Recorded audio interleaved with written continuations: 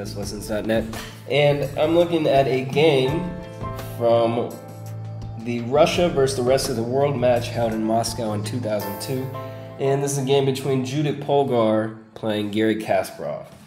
And so Polgar opens up e4, and Kasparov is playing, well, this is the Roy Lopez, so the Spanish game here. And Kasparov plays knight takes e4, and at this stage of the game, knight takes e4 is most likely, after d4, and now knight d6, this is called the Berlin defense. And Kasparov has not really had the best of luck with the Berlin defense in his career. In this game, he played as black, and it didn't work out too well. And notably, in his World Championship match versus Vladimir Kramnik, won the match in large part due to his preparation in the Berlin defense. So these are all standard moves.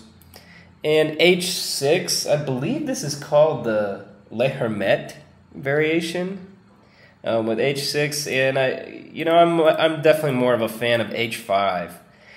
h6, the idea is to protect the g5 square, I guess, but h5 just really seems a lot more logical because white wants to play g4, and so why not, a lot of times black even plays h5 later anyway in this line. So it just seems smarter just to go ahead and play h5 in one move and directly try to impede g4. So anyway, knight e2, this is a pretty common...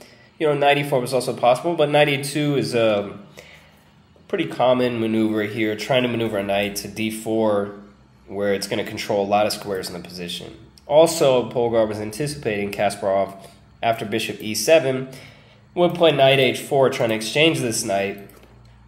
So she wanted to go ahead and have this knight on e2 ready to bounce into the game. So bishop e3, trying to finish development, and now knight d4, protecting the pawn and hitting the bishop on f5. So g4. So here I think it's pretty clear. Bishop e7. Black, the Berlin defense is kind of like a big trap sometimes because black often plays very slow. He's got the advantage of the two bishops, but these doubled c pawns are pretty tough to mobilize. Berlin defense very tricky opening, and so a lot of times you wait and try to get white to overextend, and then when the position opens up, the power of the two bishops for black is really great. Or maybe black's got control of the h file, for example. But it's just such a weird opening, and all these waiting moves. It really doesn't fit Kasparov's style because it's not super active. But anyway, so knight to f5. And, black finally played h5 there. And bishop to f8. So black is, what is this, move 18? And he's got, just the bishop on h7 is developed off the 8th rank. Black is in a little bit of trouble. So bishop g6. So, okay. Trying to open up the h file. And, couple of nice little check, rook to h7. So now this bishop can come to b4. Maybe it could reroute to a5 to b6. But king g3, and this is kind of the thing. The Berlin defense, because these pawns are so tough to crack. Black doesn't move any other pawns usually, except for the h pawn. So he doesn't have any weaknesses. So it's very tough for white to attack him. But f6 here, and this really didn't work out too well. The idea, I guess, rook d8 doesn't work because white's going to snatch a pawn. And, just a4, and this would also open this rook up. I'm assuming that's why. But, so let's see.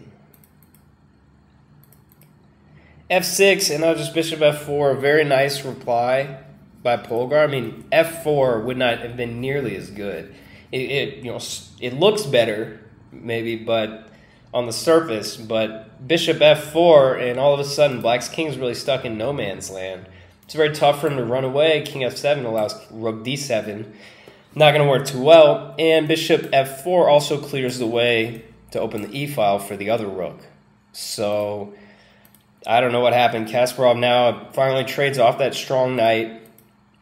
Rook E1, an excellent, just a top-class intermediate move, trying to, you know, exploit the open position of Black's king here. And Rook D8 fails miserably. Check. And not Rook takes D8, but just Rook E2, and that's going to be all she wrote. So Rook E1, fantastic. And this seems to be pretty much a forced line. So Bishop D6, King D7. A forced line as far as, you know, White is forcing Black to play these moves in response. So C4, now C5 is forced. And here I thought it was pretty interesting, B4. I just, you know, B4 trying to, but maybe Black can even get away with sacking the piece. I don't know. It seems very risky. But anyway, yeah, I mean, I like the idea with B4, and the idea would be to, you know, open up another weakness here. Now these pawns look even worse. But instead, Polgar, I mean, this is an extremely simple solution as well. Just take and Rook E6. And, you know, obviously Rook H6 just doesn't do anything, just loses another pawn. And so Kasparov tried Rook H8. And some tricky stuff going on. So King C8, not wanting to allow any checks later after Rook D7. So now Rook D5. So Polgar has really played very well. I mean, this is really true to her style. I usually don't see her doing, you know, too much flashy stuff, but the sheer logic of her moves and her technique is nearly impeccable. I mean, this is what she does. So throwing in a couple of checks by Kasparov, and now King to E4, and the situation really hasn't changed. If Rook E8, I mean, whatever. I mean, Rook E6, King F4 is even possible. B6, finally have to defend the pawn. And now a nice maneuver, so Rook C6. So the rooks seem a little bit clumsy, but, you know, here Kasparov, he plays King B8. Might look a little weird, but if King B7, now Rook G6, and now White can play Rook D7 with check, and once he gets a G7 pawn, I mean, the F pawn's just going to roll. So Rook C6, and so, okay, this is what I mean. The rooks might seem a little clumsy, but Polgar gets them situated after Rook C7, and now doubling the rooks on the 7th, you know, is famous for a reason. So no need to worry about this F5 pawn, as White has just got such a strong attack. So a couple of accurate checks, and Rook takes G7. And after King C8, Kasparov just resigned. He gave up here because he's going to lose just too many pawns. And his king is going to be a constant danger of getting mated. You know, it could be check, another check, and I guess something like this. And this would really seem pretty elementary for a player of Polgar's class.